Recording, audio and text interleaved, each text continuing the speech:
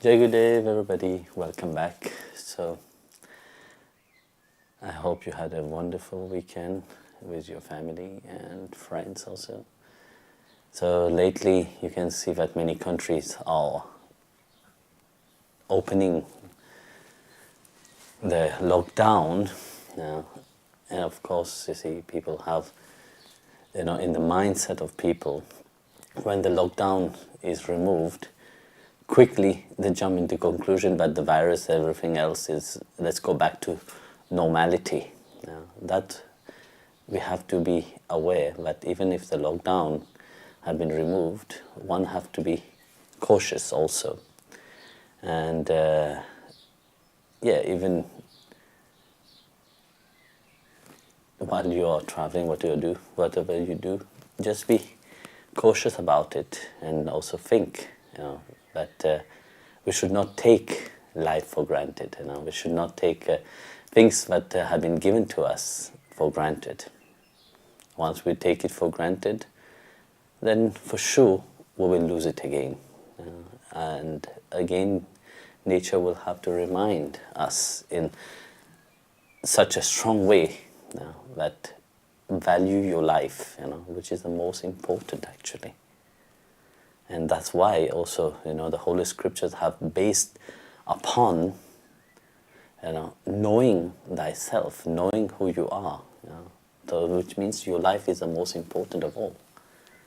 So, Jai Gopal will ask you a question. Dear Guruji, many people claim that they have your blessing for an idea, a project, or to do something. What is a true blessing and how is it given? Is there a difference between you really blessing something and you just saying, yes, okay, do it? Yes, you see, one thing is that there is many people which come with wonderful ideas, And of course, if that ideas is constructive and that will profit for the devotee and for other people, and it will make a certain difference, of course they have that blessing to carry on. If that idea doesn't work, let's say often people come with ideas, they have an expectation. They come, they ask, please bless this project. It's not up to me to tell the person, no, your project is wrong. So you will not be able to, fulfill that. No, you have to have experience also sometimes in life. Because if I will say, no, it is wrong, would the person grow from that? No, so it will not happen. So the learning process of that is that you come to receive the blessing. The divine will always bless you, but you have to become prominent into what you want to do. If you are not clear what you want to achieve, whether it is in a business, whether it is in a spiritual path, whether it is whatever you want to do in life, if you are not clear in what you want to achieve, you will, even with a blessing, it will never happen. The blessing is to push you forward in whatever direction you take with clarity. And when there is such clarity into that, then all that blessing will push you forward. But if you do something and then you see, no, I should have done it that way. So you keep changing your mind. So then you are not clear. So when you are not clear on what you want to achieve, that blessing will also go into many directions. So because that blessing is towards you, you have been blessed by that. So when you have been blessed by that, you carry the blessing in whatever direction you are going. So even if you're going towards failure, that blessing also will carry on with you towards that failure. So you have to guard your mind in a very strong way. So if you guard your mind and focus on that, no matter what comes, you will focus upon where you have what you want to achieve. that blessing also will be focused upon that. So that is the things that often people come said, oh, I have been blessed by Guruji, or I've been blessed by somebody, but why didn't it work? It's not about Guruji to make your job work. It's not about Guruji to make your family life work or your relationship work. Very often, sometimes back, there was somebody got married and then they said, oh, Guruji bless them. How come the marriage didn't work? Yeah, but the blessing is toward the individual person. If they don't have knowledge how to handle their relationship, it happened in South Africa. There was this young girl. They had the engagement, everything, and everything was fine. But then the mind of that person, doubts start arising inside towards the person she wanted to marry. And of course, the relationship didn't work. It started fighting and so on. And when it didn't work, they asked for advice. So of course, because I didn't side with the person asking for the advice, I didn't approve of that. Okay, how you are thinking is right. I'm not such person to flatter you or to pamper your ego. So that you can say yes. Oh, Guruji is wonderful and so on. I don't care about that. So just to tell you the truth, it is like that. So she was not too happy, and because of that, because I didn't tell her what she wanted to hear, and she goes around and said, oh, Guruji have blessed, but it didn't work. But if you could not handle your own relationship with so-and-so, how can that be Guruji's fault? It can't be. The blessing is towards you.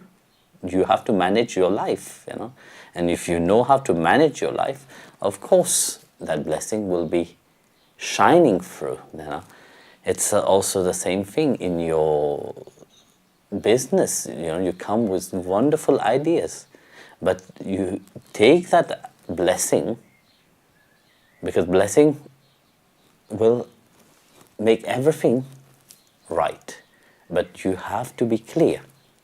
If you are not clear about it, and then say, okay, yes, Guruji's blessing will do everything, then you will become like these people, which is lack of intelligence, which Lord Krishna said in Bhagavad Gita, chapter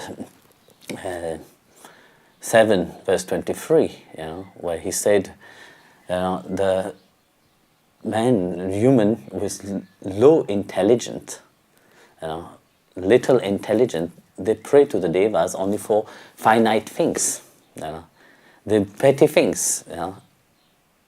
So those who pray to the devas go to the devas, and those who worship me come to me. Then we analyze what Lord Krishna said into that. We see that yes, people ask things, but they ask limited things. You come with your ideas, it's wonderful ideas, but we have to always place the Supreme Lord in everything that we do. That blessing what will come with, what will push you forward, which will inspire you, that mindset also must be in tune towards that. If you sit there and say, yes, Guruji's blessing will sort everything out, and yet you don't do anything. I have seen that very often. In many times people come with businesses, ideas, Of course, they want to go forward. They push themselves forward. And in pushing themselves forward, of course, they direct all the attention in a very aggressive way towards what they want to achieve. In their idea, into their mind, because Guruji have given the blessing, that must happen by magic, like this, click of finger, and that is an expectation. Then they become, okay, fine, they exhaust themselves, finish completely, then they don't allow that blessing to manifest. They don't allow that blessing to carry on with them. So, due to the expectation, like Lord Krishna said, those who ask for petty things, they worship, yes, but they worship with a condition. So when your mind worship with a condition, you will get that condition back. They're amplifying that blessing unto that where your mind is, So then that blessing will put you where you have to be. So you see, very often we take blessing, yes, but we should not take it for granted, that blessing. Because when we take it for granted, we are losing a chance in life. Often people come and ask for blessing, they go to many saints, and expect the blessing. I've seen in other country, for example in Russia, people, whatever they do, they ask always, please give the blessing for it. They have the faith and they know where they want to achieve. But if you don't know where to achieve even a blessing, you can lose it. There's this beautiful story of a saint, Saint Ravidas in his life. There was a king called Pippa. The King Pippa one day organized a big fair. And his palace was not far away from the hut of Saint Ravidas. So he decided, because of the fair, everybody will be, into the fair, be preoccupied with that. He will quickly sneak, quietly, without anybody noticed him. He will go to have the darshan of Sant Ravidas. And Sant Ravidas was a cobbler, which means he was working with leather, and he was mending shoes and making leather, all this stuff. This was his job. And he attained realization into that field, So he quietly went there, and he bowed down to the saints and he said, please, I came here to take initiation from you. And please give me your blessing. I want to have initiation from you. So the saints said, okay, you are such a great personality. So he said, look, you see this drum, this recipient there, they have been leather soaked water. So he said to the king, go drink from that barrel, of water. So when the king went there and he saw that there is leather soaked into that water, so he became very disgusted, But not to displease the saint, what he did, he took a cup and pretend to drink. What he did, he dropped the water into his sleeve. The water can go down and get soaked into his clothes. And after he finished that, he didn't drink the water. He came to the saints and said, can you please give me initiation? So the saint said, oh, I will give you initiation, not this time, next time, not right now. Of course, Sant Ravidas knew what was in the mind of this king, and he knew that he didn't drink the water, and he just dropped it there. So he smiled and said, the king, next time when you come, I will give you initiation. So seeing that the king was not ready, firstly because he was very concerned about whether people see him or not when he came to see the cobbler. So in his mind, he started to think, if people will see me going out, when he went out, he started looking left, right, but everybody was in the fair. So he could manage quickly go to the palace. When he reached the palace, so he called the washerman and he removed his clothes and gave it to the washerman. He said, please remove the stain from the water, the leather soaked water from the clothes. So then the washerman took the clothes and went to wash it. But as he was busy, he gave it to his daughter. So you see, they had a technique to wash. So how to remove the stain? They would have to chew upon the cloth. So the washerman was busy. He gave the clothes to his daughter. So the daughter started chewing upon the cloth where the stain was. So as she was chewing upon the clothes, a certain awakening started to happen inside of her. And she started to shine, Not shine, I don't mean like light is shining, but shine through realization.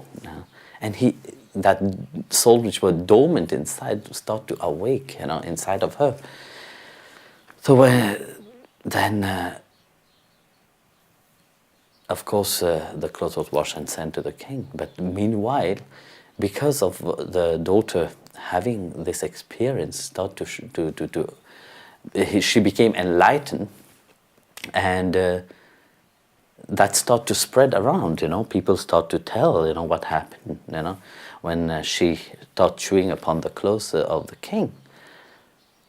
So sooner or later, the king heard about it, and he came to have the blessing of the daughter of the washman. So he came to this humble hut where the daughter and the father was living. So when he bowed down to the little girl said, no, I should bow down to you. So the girl bowed down to the king, and then she said, no, I came not as a ruler, I came as a beggar. I want that you bless me with enlightenment, I want you to bless me, because that is my life purpose. I have everything, but that everything that I have doesn't make me happy.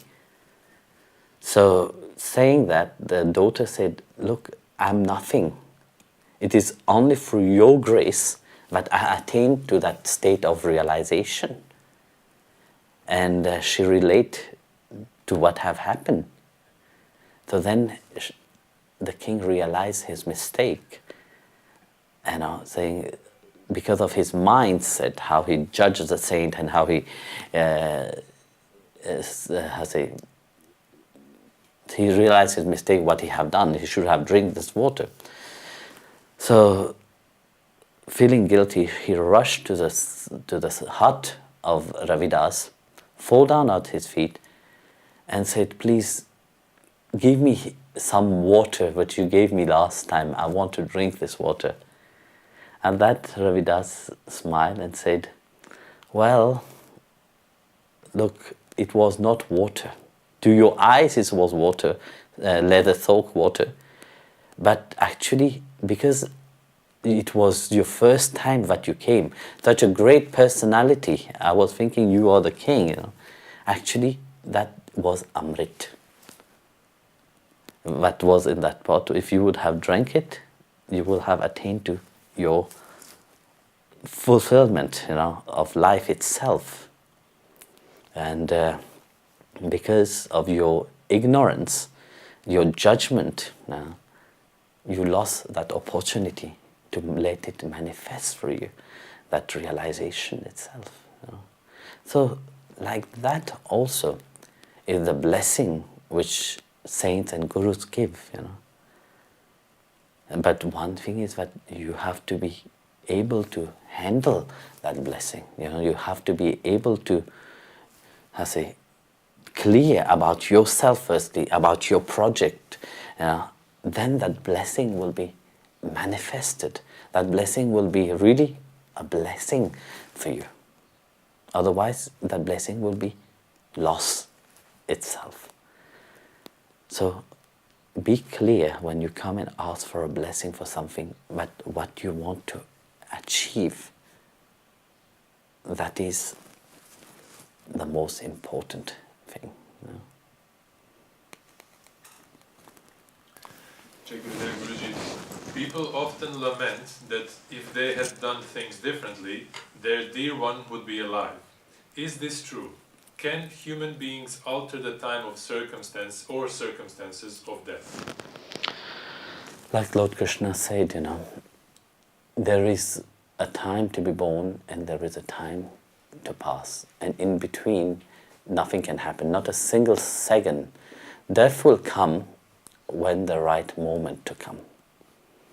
No, there is circumstances, you see, but if it is not meant to be, that will change.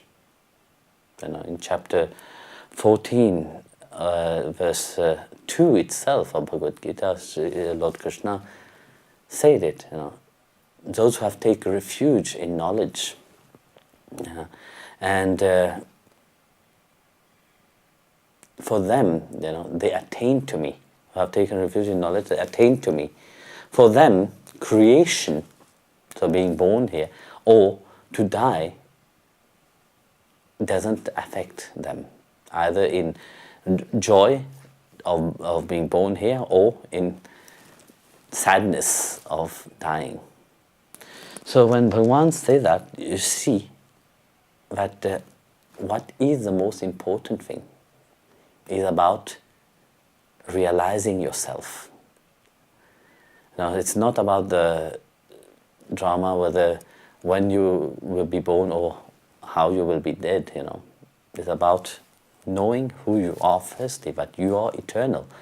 So that's why Bhagavan said, those who have that knowledge, you know, they don't find this great joy of in the creation or that. Saint Kabir himself said, you know, when I was born, everybody was smiling.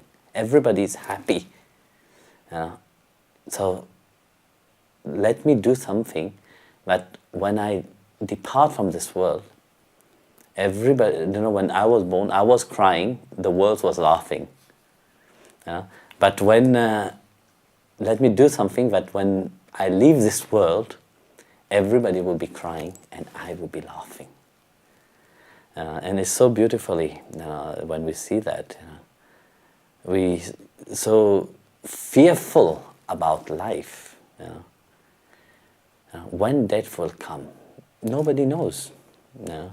Of course, there's a right time for it. When it's the time to depart, it will happen. Whether you are safeguarding yourself, you can be rich, poor, you can be white, red, whatever color you want to be. It doesn't matter. When time comes to depart, you can't. Well, I would not say alter it, because there's many saints who have interfered into the life of others and change the course of karma itself. But this is in extreme cases itself, because very often people, out of fear, they don't want to die. Of course, they will find excuses to say, yes, we love life, that's why we don't want to die. Actually, it's not because they love life, really. Because they fear, the fear of dying. That's what is making them telling that they love life. So that will not, help them at all. So unless you truly understand that you are the Atma. Here I'm not saying when Bhagavan Krishna said when one take a refuge in knowledge.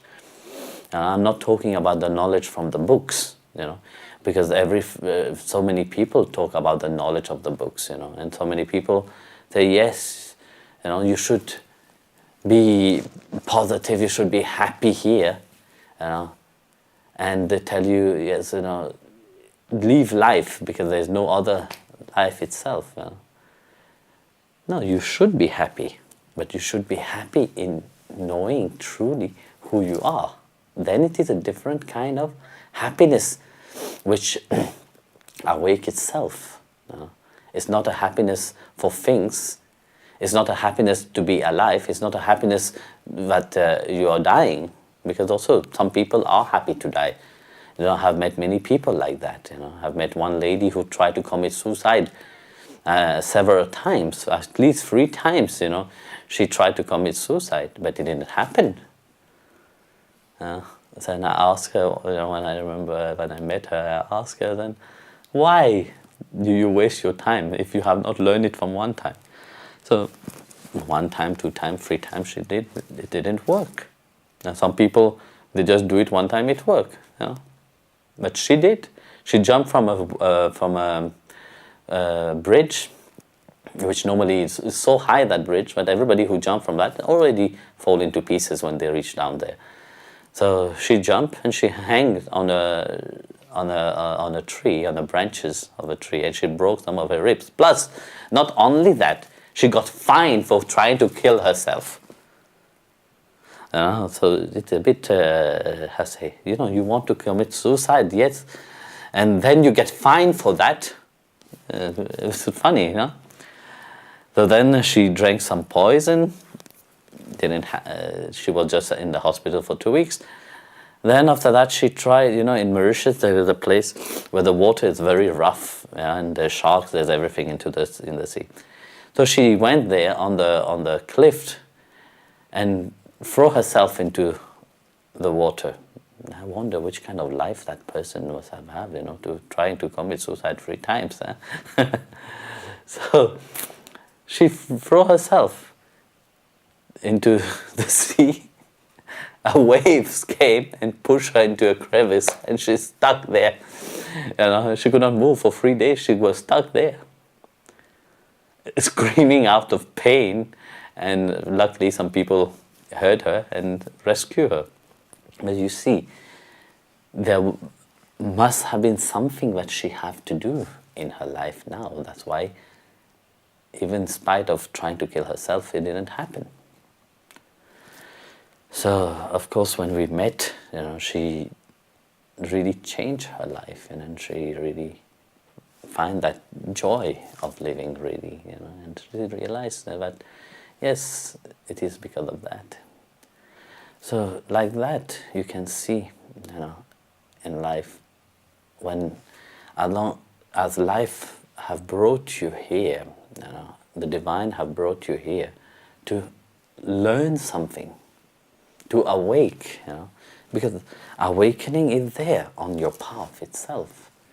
Until that time come, of course, many things will take its place, you know.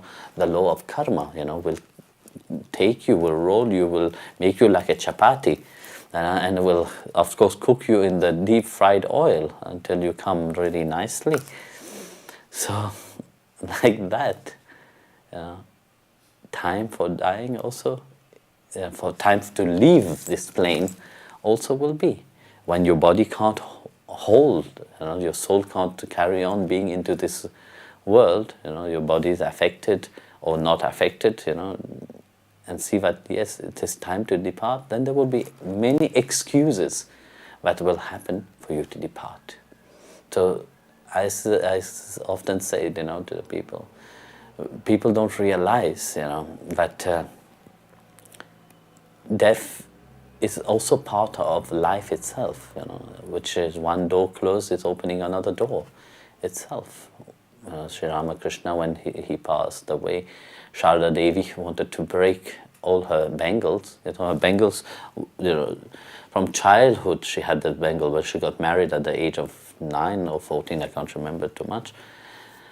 And the bangle was fully, as she grew up, the bangle was fully, the skin grew over the bangle, you know, and the muscle also grew over. She tried to break it, she could not break it. And then she heard a voice, you know, Ramakrishna said to her, don't consider me as death, you know, I passed from this room to another room itself. So that is the voice that she heard. Then she kept her bangle. So like that, you know, when we see, you know, very often when you hear people say, it's so unfair, you know, that somebody died in such a young age. You know, when that karma of this life is finished from that person, then the Atma will make a certain excuses to depart, you know. When your car broke down, you know, you will bring the car to the mechanic, and if the car can't be repaired, what would you do? You say it is right off, no? So like that also, when the Atma see that your body is right off, you know, so it have to depart from this body. And this always happen on the right moment, you know. And this that is fearful for many people, because if they see and picture life as something which is continuous, very often people think, no, they will never leave this plane, they will never leave the wealth that they have, they will never leave the family that they have been attached, they will never leave their partner, they will never leave, this world itself. They think that they will live here eternally. Of course, your Atma is eternal, but the things around you is not eternal. Or the things around you are all finite things. They all have a beginning and they all have an end to it. Even this body itself has a beginning and it has an end. But that Atma which is inside, it is the same texture as Bhagwan is made above, which is eternity. And that once you realize yourself, as faster you realize yourself, then you will move on, from this drama of being born and death itself. So that come through the certain kind of knowledge itself. So that's why Bhagwan said, those who have that knowledge, they attain to me. Because through having that knowledge of the eternity of Atma, that you are eternal, you don't come back again into this plane. So in that context, you are free. Here I'm talking about onto the atomic level itself. I'm not talking about the physical body. So of course the physical body, when time comes, you will have to change it. Dear Guruji, in some traditions, if a devotee commits an offense, he or she must confess, repent, and do an act of penance to compensate. Do you have any practices of this kind? And what do you recommend we do if we commit an offense? Look, depend on the intensity of the offense that you have done. It's not that there's certain offense that you can, the best way, let's say, if you want to really redeem yourself, if you have offended somebody, go and ask for forgiveness to the person itself. You can't go and say, I write an email to that person and ask for forgiveness, or I write a phone call or whatever. No, go to the person. Look at the person face to face and ask the person to forgive you. But that forgiveness, willingness to ask for forgiveness must be sincere from your side. When you do that, that offense itself is nullified. So if you can't do that, then of course, then inside of you that will keep awakening, So then you can't be free about it. So then the offense you will drag that offense with you, knowing at the back of your mind that you have done something wrong. And that guiltiness which awake inside will start to eat you. Because this is what the conscience is about. No? When you do something bad, your conscience is there to give a certain discrimination, whether you have done something good or you have not done something good. No? So without that discrimination, you will not be able to figure it out. No? So this is why God have placed this conscience inside. If you do something bad, you have that guilty feeling inside of you. So due to that, you will know what is right and what is not right. So if you have created an offense, like I said, if you sincerely regret for that, go personally to the person and ask for forgiveness. And if that person is a good person, of course that person will forgive you. But if that person is not good, then he will not forgive you. Then that debt will be always there from your side to repay back what you have done. Because this is like a chakra, what you have done will come back to you with 10 and thousands of fold back, So it's not what you have done karmically one time. You will think that it will come you one time only. No, it will not. It will come much more than that. This is the down part of offenses, yeah. And so when you offend, it will come back 10 or 100 times back to you. So the best is to realize what you have done and really transcend it. And how you do that? By firstly, if you can ask for forgiveness to that person, you ask the person for forgiveness. If, let's say, the person, by bad luck, that person is dead or not possible for you to communicate with that person, but knowing that sincerely you regret for what you have done, meditate upon the glory of the Lord Himself. Because so for you to ask this question, you are a devotee, and your devotee, like it said in Bhagavad, Canto 2, Chapter 3, verse 12, and like I said, those who meditate upon the glory of the Lord, for them, the mind transforms. The life itself transforms, because something happened when your mind is fully absorbed into the divine glory of the Lord. What happened is that wisdom awake inside of you. So when wisdom awake inside of you, everything else is transformed. So if by creating offense that person is not there, then let your mind be soaked into the remembrance of the Leela of Bhagwan itself. Like that transform, that can change everything. It is like that one also excelled also into spirituality. So. Guruji, many people suffer from deep emotional childhood traumas due to their parents' mistreatment of them. And as a result, they struggle with self-love and confidence. What is the most effective way to remove these deep-rooted problems? Firstly, you have to see that whatever have happened when you were young.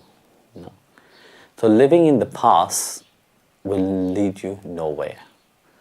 That's what Krishna said. Those mind which is living into the past will be always in depression, because they will feel that what have happened is unfair to me. Of course, you can say it is unfair, but look, you are bound also by the karmic law also of things what have happened to you. It's also bound by that law of karma which have brought you into this world to fulfill this act. But hanging on that, what have this made you now? It have made you depressed. You are depressed. You go for therapy, but yet you can't let go of these things which have happened in the past, because you think that what have happened is so unfair.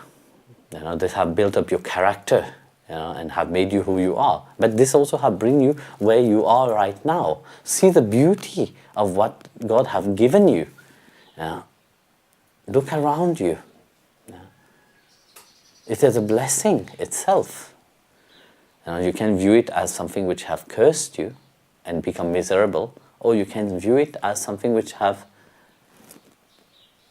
a blessing in disguise, which have bring you to the state where you are.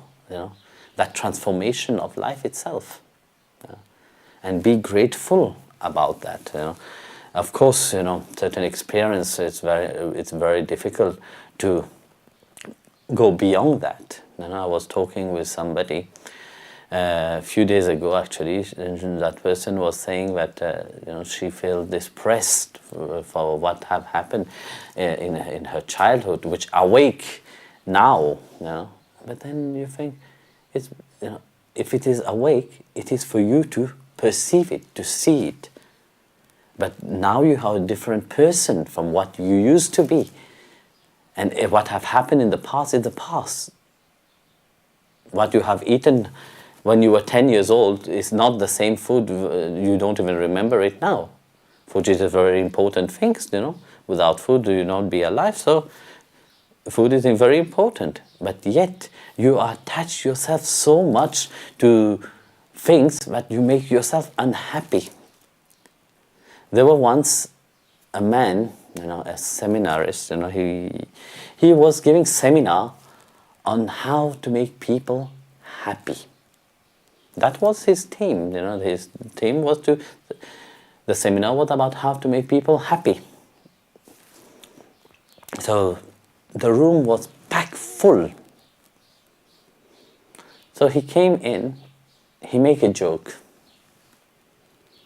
Everybody laughed. So he made a second time the same joke. Half of the people laughed. He made a third time the same joke. Nobody laughed. So everybody started to discuss among themselves, you know, was this a scam? You know, we were cheated, you know, but look, we are not here just to listen to jokes, you know. Then they start to discuss with them, and then one person said, why, you know, you have cheated us, you know. Then the man started to say, look, if you want really to be happy, you know, the jokes that I said was making you happy first time. You know? Second time it didn't make you happy. Third time you didn't laugh at all. You know? But if a joke can act in that way, why you keep pondering upon your problem, your worry, and things which have happened in the past? Continuously, you meditate upon that, you know. Nowadays, when you sit in meditation, you see your worry, your problem, and so on, you know. So you meditate upon these worries. So if you meditate upon these worries, of course, they become your reality. If you meditate upon God, God will become your reality. So like that, you see, whatever have happened in the past, you should not bring it now in the present. That's why Krishna said, those mind which is centered into the past, they will always worry or feeling sad and depressed. Those mind which is centered for live in the for the future, they always worry and they are in fear, but they will never achieve what they want. So that's why that present moment itself is the most important thing to be. Be now, you know. What have happened in the past, yes, it was not fair. Learn to forgive these people. Learn to love these people, however they are. Some people you will see that they have went through such a trauma, but I have seen people transform also when they change the way they view the people who have harmed them, who have given them pain. They have started to love these people, and through loving these people change also. They realize their mistake and they ask them for forgiveness.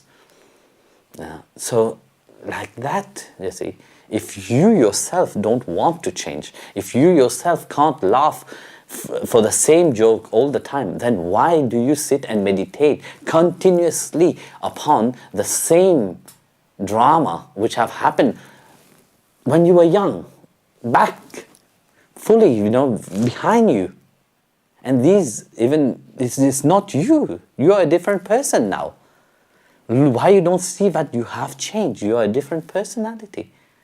So by really seeing that you have transformed, you have changed,